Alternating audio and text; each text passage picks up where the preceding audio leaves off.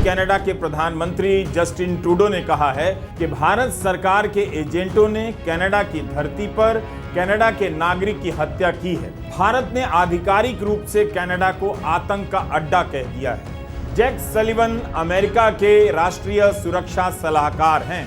उन्होंने प्रेस वार्ता में यह बात कही है कि अमेरिका भारत को अलग से कोई रियायत नहीं दे रहा है। अंग्रेजी में इसके लिए स्पेशल एग्जेम्पशन का इस्तेमाल हुआ है। कोई रियायत नहीं दे रहा है भारत। क्या यह कोई साधारण बात है? लॉरेंस बिश्नोई का नाम लेते ही इस कहानी में गुजरात का एंगल आ जाता है। गुरु पतवंत सिंह पन्नू की हत्या के प्रयास के मामले में गिरफ्तार निखिल गुप्ता का भी एक गुजरात कनेक्शन है। 14 अक्टूबर से पहले लॉरेंस बिश्नोई का नाम नहीं लिया गया था कभी। लॉरेंस बिश्नोई का नाम आने पर भारत ने खारिज किया, लेकिन कनाडा ने हल्के तौर पर आरोप नहीं लगाया। उसकी पुलिस के सबसे टॉप लेवल के अधिकारी ने प्रेस कॉन्फ्रेंस की और उसमें ये आरोप लगाए गए। नमस्कार, मैं रवीश कुमार। एक साल पहले का वाकया और अब नया मोड़। अमेरिका और कनाडा भारत को लेकर कितना कुछ बोल रहे थे। इस बार ऐसा क्यों हुआ कि अमेरिकी विदेश मंत्रालय के प्रवक्ता ने कहा 15 अक्टूबर को भारत से जांच दल आ रहा है, फिर वो सूचना ही गायब हो जाती है। कुछ ही समय के बाद वो वापस लगा भी दी जाती है। रहस्य से घिरता जा रहा है भारत और कनाडा के बीच चल रहा विवाद, तनाव और टकराव। नया नाम लॉरेंस बिश्नोई का ही नहीं आया। वॉशिंगटन पोस्ट ने सूत्रों के हवाले से कनाडा का एक आरोप छाप दिया है कि गृहमंत्री अमित शाह भी इसमें शामिल हो सकते हैं, खुफिया ऑपरेशन के जरिए जानकारी जुटाने के खेल में। अब रहस्य नंबर 2 बताता हूं। इसी साल अप्रैल में वॉशिंगटन पोस्ट में एक खबर छपी। हरदीप सिंह निज्जर और गुरु पतवंत सिंह पन्नू को लेकर विदेश मंत्रालय ने तब खंडन किया। अमित शाह को लेकर वॉशिंगटन पोस्ट ने जो छापा है उसके खंडन में देरी क्यों, यह भी रहस्य है।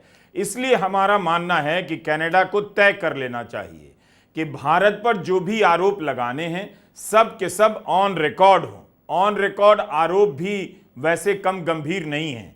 तब फिर अखबारों के जरिए ऑफ रिकॉर्ड जानकारियां क्यों लीक की जा रही? भारत को भी सोचना चाहिए कि उसकी भूमिका को लेकर कनाडा के प्रधानमंत्री, कनाडा के विदेश मंत्री, पुलिस विभाग के चोटी के अफसर आरोप लगा रहे हैं और कनाडा में तैनात भारत के राजदूत की भूमिका पर सवाल उठा रहे हैं। क्या यह सब भारत की छवि के लिए अच्छा है? भारत हमेशा से यही कहता रहा है कि वह दूसरे देशों की सीमाओं का अतिक्रमण नहीं करता, लेकिन 2 खालिस्तानी समर्थकों की हत्या और हत्या के प्रयास में उसकी भूमिका को लेकर कनाडा के साथ तनातनी और इस मामले में अमेरिका के साथ सहयोग की राजनीति भारत के खंडनों को मजबूती नहीं देती है।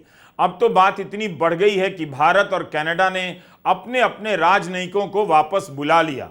दोनों ही देशों में कहा गया हमने उनको निकाल दिया और यह भी कहा गया हमने उनको बुला लिया। कनाडा मोटे मोटे आरोप तो खुलकर लगा रहा है, मगर डिटेल की सप्लाई सूत्रों के हवाले से कर रहा है।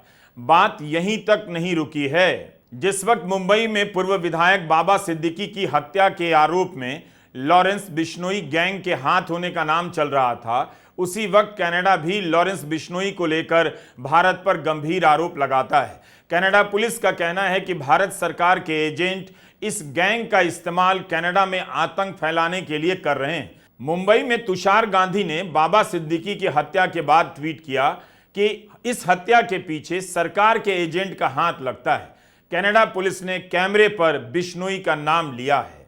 भारत ने पुरजोर खंडन किया। लॉरेंस बिश्नोई का नाम लेते ही इस कहानी में गुजरात का एंगल आ जाता है। गुरु पतवंत सिंह पन्नू की हत्या के प्रयास के मामले में गिरफ्तार निखिल गुप्ता का भी एक गुजरात कनेक्शन है। भारत हमेशा से अमेरिका और कनाडा के आरोपों का खंडन करता रहा है। इसके बाद भी यह मुद्दा शांत नहीं हो रहा। अमेरिका और कनाडा कुछ समय के बाद कोई नया आरोप लेकर सामने आ जाते हैं। बड़ी बात है, 2 देशों के बीच अहमदाबाद की साबरमती जेल में बंद एक गैंगस्टर के नाम को लेकर आरोप प्रत्यारोप चल रहे हैं। क्या लॉरेंस बिश्नोई का तंत्र इतना फैल चुका है? भारत की पुलिस अब तक क्या कर रही है? मई 2022 में सिद्धू मूसेवाला की हत्या हुई, उसमें लॉरेंस का नाम आया, उस तक पहुंच क्यों नहीं पाई? उसके बाद इस साल अप्रैल में सलमान खान के घर के बाहर फायरिंग में लॉरेंस बिश्नोई का नाम आया, बिश्नोई गैंग तक पुलिस क्यों नहीं पहुंच पाई?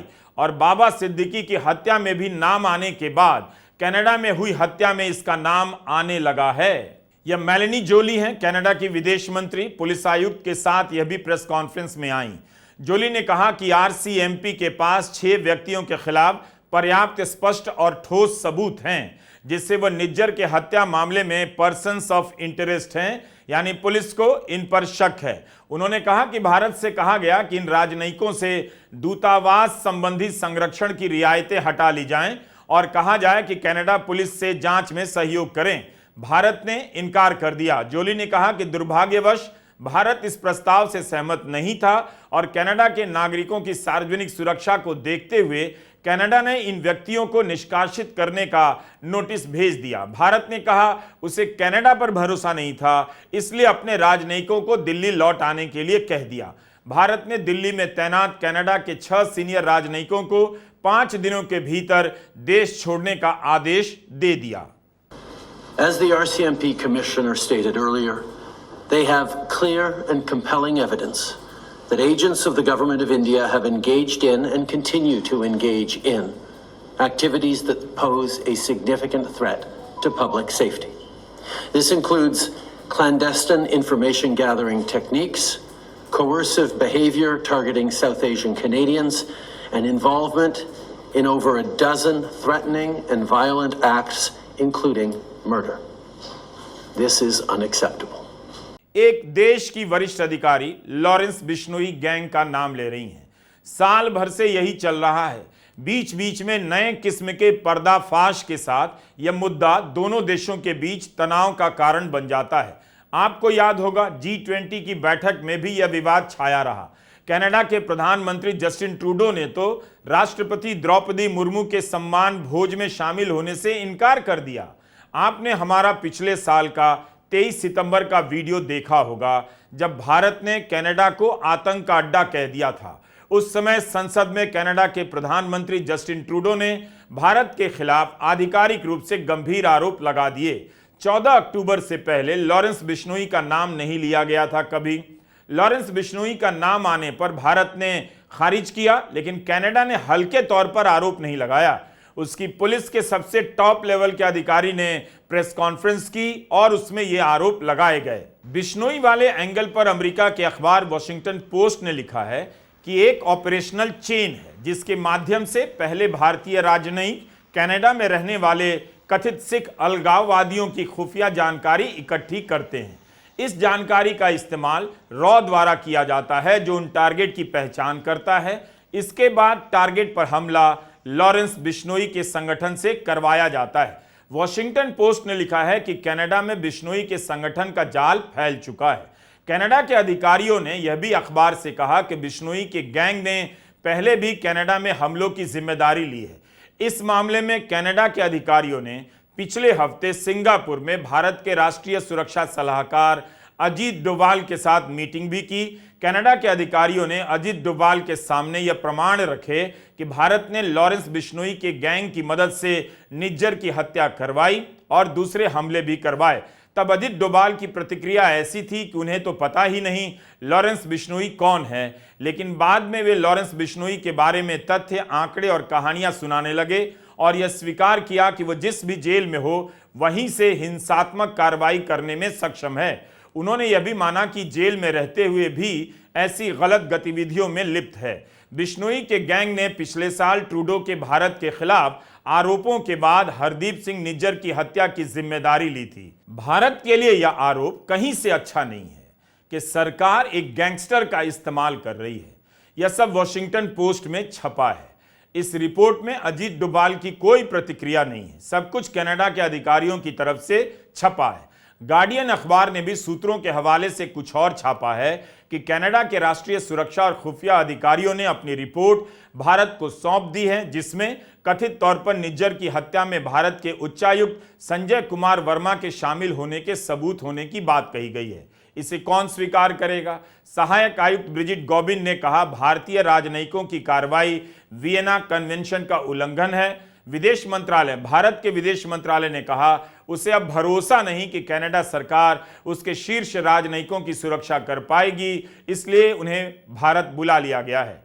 The phrase which came to my mind was actually a Hindi phrase, which was "Ulta chor kotwal ko dante."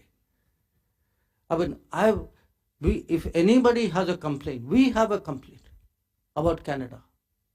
You know what I said earlier, the space that they're giving to Khalistanis and to violent extremists. So I was very perplexed by what I heard. Bharat के विदेश मंत्रालय ने अपने राजनयिकों के खिलाफ इन आरोपों को खारिज तो किया ही, यह भी कहा कि कनाडा की ये आरोप हास्यास्पद हैं और अवमानना के लायक हैं। भारत ने यह भी कहा कि सितंबर 2023 में आरोप लगाने के बाद जस्टिन ट्रूडो ने इस बात के कोई सबूत नहीं दिए कि निज्जर की हत्या में भारत का हाथ है। विदेश मंत्रालय ने कहा कि इसमें कोई संदेह नहीं कि जांच के बहाने राजनीतिक लाभ के लिए भारत को बदनाम करने की जानबूझकर रणनीति बनाई जा रही है। भारत और कनाडा के बीच यह विवाद तब बढ़ा जब कनाडा में खालिस्तान समर्थक हरदीप सिंह निज्जर की हत्या होती है और न्यूयॉर्क में एक और खालिस्तान समर्थक गुरुपतवंत सिंह पन्नू की हत्या का प्रयास विफल हो जाता है। पंजाब के जालंधर का हरदीप सिंह निज्जर 1997 में कनाडा जाता है, वहां बतौर प्लम्बर काम करता है। 2007 में कनाडा की नागरिकता पाता है। कनाडा के ब्रिटिश कोलंबिया इलाके में सक्रिय होकर खालिस्तान की मांग को लेकर आंदोलन चलाता है। आरोप लगता है इस पर कि निज्जर प्रतिबंधित संगठन खालिस्तान टाइगर फोर्स का संस्थापक था। 2023 के जून में वैंकूवर के नजदीक 2 नकाबपोशों ने गोली मारकर निज्जर की हत्या कर दी थी। कनाडा के प्रधानमंत्री ट्रूडो ने अपने देश की संसद में निज्जर को कनाडा का नागरिक कहा। यह भी गौर करने की बात है, भारत जिसे आतंकवादी कहता है, कनाडा के प्रधानमंत्री अपना नागरिक बताते हैं, जबकि निज्जर को 2020 से ही गृह मंत्रालय ने आतंकवादी की श्रेणी में शामिल किया है। कहा जाता है कि ट्रूडो के समर्थक में कई ऐसे हैं जो खालिस्तानी विचार के समर्थक हैं और ट्रूडो उन्हीं के दबाव में वोट के लिए यह सब करते हैं। अगर ट्रूडो वोट के लिए भारत पर आरोप लगा रहे हैं तो डोनाल्ड ट्रंप भी वोट के लिए ही भारत पर आरोप लगा रहे हैं कि भारत टैरिफ किंग है। अगर वे दोबारा राष्ट्रपति बनते हैं तो भारत पर वहां से आने वाले सामानों पर टैक्स डबल कर देंगे। ट्रूडो के आरोपों का भारत तुरंत जवाब देता है। ट्रंप के आरोपों का उस तरह से जवाब नहीं दिया जाता जैसे पिछले साल ओबामा के एक बयान को लेकर दिया जाने लगा था। वित्त मंत्री से लेकर तमाम नेता जवाब देने लगे थे, लेकिन जैसे ही आप इस मर्डर के सीन में अमेरिका को ले आते हैं, सारी कहानी घूम जाती है। अमेरिका भी इसी मामले में कनाडा का पार्टनर है। अमेरिकी जमीन पर गुरुपतवंत सिंह पन्नू की हत्या के कथित प्रयास को अमेरिकी एजेंसियों द्वारा विफल किया गया था। अमेरिका ने इसे लेकर जब सार्वजनिक रूप से बोलना शुरू किया तब भारत सरकार ने मामले की जांच के लिए एक कमेटी बनाई। इस बीच 14 अक्टूबर को एक और रहस्यमयी चीज होती है। तमाम खबरें छपती हैं। भारत ने जो कमेटी बनाई है 15 अक्टूबर को अमेरिका जा रही है। वहां पर कमेटी के अधिकारी अपनी जांच का प्रमाण सौंपेंगे और अमेरिका भी अपनी जांच के सबूत देगा। इंडियन एक्सप्रेस ने लिखा है, अमेरिकी विदेश विभाग ने यह जानकारी सोमवार को अपनी वेबसाइट पर साझा की, कुछ समय के बाद हटा ली, पर बाद में इसे स्टेट डिपार्टमेंट की वेबसाइट पर वापस लगा दिया गया है। अखबार ने लिखा है कि पिछले साल व्हाइट हाउस ने कहा था, अमेरिकी भूमि पर हत्या के प्रयास में भारत की संलिप्तता के आरोपों को बेहद गंभीरता से देखा जा रहा है। साथ ही इस बात की भी पुष्टि की गई कि इस मामले को भारत सरकार के उच्चतम स्तर पर उठाया गया है। यही तो सवाल उठ रहा है कि 2 घटनाएं हैं। एक हत्या कनाडा की धरती पर होती है और दूसरी घटना हत्या के प्रयास की है जो अमेरिका की धरती पर होती है। दोनों मामले में अमेरिका और कनाडा एक दूसरे का सहयोग कर रहे हैं। भारत अमेरिका से सहयोग कर रहा है, लेकिन कनाडा से तनाव चल रहा है। एक और चीज आप नोट करेंगे, कनाडा खुलकर आरोप लगा रहा है और इस मामले में जानकारी होने के बाद भी अमेरिका संयमित रूप से आरोप लगाता है। वह केवल सख्ती की बात करता है, ऐसा कुछ कहता है कि हम अपनी तरफ से ढिलाई नहीं देंगे। वॉशिंगटन पोस्ट की जिस रिपोर्ट में कनाडा के अज्ञात अधिकारियों के हवाले से सिंगापुर में बिश्नोई गैंग को लेकर भारत के राष्ट्रीय सुरक्षा सलाहकार से बातचीत का जिक्र है। उसी रिपोर्ट में सूत्रों के हवाले से अमित शाह का भी जिक्र किया गया है।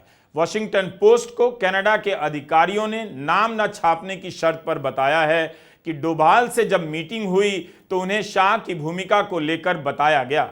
अमित शाह का नाम सिख अलगाववादियों के नाम जुटाने और हमला करवाने में लिया गया। इस खबर पर भारत में सन्नाटा क्यों होना चाहिए? यह खबर फाइनेंशियल टाइम्स से लेकर दूसरे अखबारों में भी छपी है, मगर उनमें अमित शाह का कोई जिक्र नहीं मिला। भारत के अंग्रेजी के अखबार ने इसी खबर का एक हिस्सा लिया जिसमें बिश्नोई का जिक्र है, मगर अमित शाह का जिक्र वाला हिस्सा नहीं छापा। कई बड़े अखबारों ने इस वाले हिस्से को हाथ तक नहीं लगाया, मगर Navbharat times, news laundry, the wire ने इसे छापा है। प्रशांत भूषण ने इसे ट्वीट किया है। द वायर ने खुफिया विभाग के एक पूर्व प्रमुख का बयान छापा है कि जिस तरह की बात कनाडा अमित शाह को लेकर कर रहा है, गृह मंत्री के दायरे में वो सब काम आता ही नहीं है। हमारा सवाल है, इसी साल अप्रैल में वॉशिंगटन पोस्ट की रिपोर्ट का विदेश मंत्रालय ने खंडन किया था। इस बार देरी क्यों हुई? कूटनीति के संसार में ऐसी बातें अच्छी नहीं मानी जाती। गृह मंत्री का नाम सीधे सीधे आ जाए, ऐसे में भारत को तुरंत प्रतिक्रिया देनी चाहिए। वॉशिंगटन पोस्ट ने इन आरोपों पर विदेश मंत्रालय, गृह मंत्रालय से जवाब मांगा था, मगर कोई जवाब नहीं मिला। ध्यान देने की बात है कि जब कनाडा की विदेश मंत्री और पुलिस कमिश्नर ने इसी बात को लेकर प्रेस कॉन्फ्रेंस की, तब अमित शाह का नाम नहीं लिया गया। 14 अक्टूबर को जस्टिन ट्रूडो ने भी ललकारी भाषण दिया, लेकिन उन्होंने भी गृहमंत्री अमित शाह का नाम नहीं लिया। सिर्फ एक अखबार में यह खबर छपी है। आपको याद होगा, अमेरिका पन्नू की हत्या के प्रयास को लेकर भारत को घेर रहा है, लेकिन जब पन्नू ने धमकी दी कि एयर इंडिया से सफर ना करें, तब अमेरिका ने उसके खिलाफ क्या कार्रवाई की? कुछ कार्रवाई नहीं की। पन्नू खालिस्तान के मसले को लेकर कनाडा, अमेरिका और इंग्लैंड में समय समय पर जनमत संग्रह करवाता रहता है, जिसकी कोई कानूनी उपयोगिता और मान्यता नहीं है। बस उसका मकसद इस मुद्दे को किसी तरह जिंदा रखना होता है। भारत सरकार की अपनी घोषित नीति है, खालिस्तानी विचार को वह भारत विरोधी अलगाववादी गतिविधियों के रूप में देखती है। जून 2023 में पन्नू की हत्या का प्रयास विफल हुआ। उसी साल नवंबर में न्यूयॉर्क की अदालत में एक चार्जशीट दायर होती है। इसे लेकर अप्रैल 2024 में वॉशिंगटन पोस्ट में खबर छपती है कि भारत के एक अधिकारी निखिल गुप्ता ने पन्नू समेत 4 सिख अलगाववादी नेताओं की हत्या की साजिश रची और भाड़े के एक हत्यारे को $1 लाख यानी 83 लाख रुपए से अधिक दिए। लेकिन यहां से खेल पलट गया। निखिल गुप्ता ने जिसे कथित तौर पर सुपारी दी, वह अमेरिकी खुफिया विभाग का अंडर कवर एजेंट निकल गया। उसने पोल खोल दी और अमेरिकी जांच एजेंसियां निखिल तक पहुंच गईं। अमेरिकी अभियोजकों ने कोर्ट को बताया है कि निखिल गुप्ता यह सब इसलिए कर रहा है क्योंकि उसके खिलाफ गुजरात में कोई मामला दर्ज है। उसे भारत में बैठे अधिकारी ने वादा किया है कि अगर वो पन्नू की हत्या करवा देता है तो गुजरात का मामला मैनेज कर लेगा। बाद में गुजरात पुलिस ने जानकारी दी कि उनके रिकॉर्ड में किसी निखिल गुप्ता के खिलाफ कोई केस दर्ज नहीं है। अमेरिका निखिल गुप्ता को चेक गणराज्य से गिरफ्तार करवाकर अपने देश ले आया है। निखिल गुप्ता ने भारत के सुप्रीम कोर्ट से मांग की थी उसकी रिहाई में मदद की जाए, उचित सुनवाई की जाए, मगर कोर्ट ने हस्तक्षेप से इनकार कर दिया। भारत का यही पक्ष रहा है कि अमेरिका जिस एजेंट की बात कर रहा है उसे भारत ने कभी अपनी तरफ से अधिकृत नहीं किया है। इस मामले में नई जानकारी यह आई है कि भारत ने अमेरिकी जांच एजेंसियों को यह बताया है कि अभियोजन में नामित आरोपी अफसर को हिरासत में ले लिया गया है। हिंदुस्तान टाइम्स के प्रशांत झा ने अमेरिकी सूत्रों के हवाले से रिपोर्ट किया है कि यह अफसर अब भारत सरकार का कर्मचारी नहीं है। इस मामले में भारतीय जांच समिति के सदस्य अमेरिका जाने वाले हैं। जाने से पहले यह जानकारी अमेरिकी अधिकारियों से साझा की गई थी। यह पूरा मामला वैसा नहीं लगता जैसा कनाडा दिखाना चाहता है और भारत कुछ छिपाना चाहता है। कनाडा के बार बार आरोपों के पीछे कौन सी गोटी अंतर्राष्ट्रीय स्तर पर बिछाई जा रही है, यह हमारी समझ के दायरे में नहीं है। अगर राजनीतिक कारण ही होता तो कनाडा में 19 लाख से अधिक भारतीय रहते हैं, सिख समुदाय का बहुमत है, लेकिन खालिस्तान की विचारधारा को बहुमत का बताना भी एक बहुत बड़ी गलती होगी। सिख समाज की निष्ठा पर फिर से सवाल उठाने की यह गलती नहीं होनी चाहिए। जैसी गलती किसान आंदोलन के समय सिख किसानों को देखते ही गोदी मीडिया या कुछ और लोग खालिस्तानी कहने लगे। इस मामले की जड़ें कहीं और भी हो सकती हैं। कांग्रेस पार्टी ने प्रधानमंत्री नरेंद्र मोदी से अपील की है कि इस पूरे मामले को लेकर विपक्ष को भरोसे में लें, जानकारी दें। जयराम रमेश ने इसे लेकर ट्वीट किया है। कांग्रेस ने भी उत्साहित होकर कोई आरोप नहीं लगाए, लेकिन जिस तरह की खबरें छप रही हैं उसकी बात ना भी की जाए यह ठीक नहीं, क्योंकि दुनिया में ये खबरें छप रही हैं और लोग पढ़ भी रहे हैं, उन्हें पता भी चल रहा है। इसलिए सरकार को विस्तृत रूप से एक खुली प्रेस कॉन्फ्रेंस में इन आरोपों की जानकारी देनी चाहिए। नमस्कार, मैं रवीश कुमार।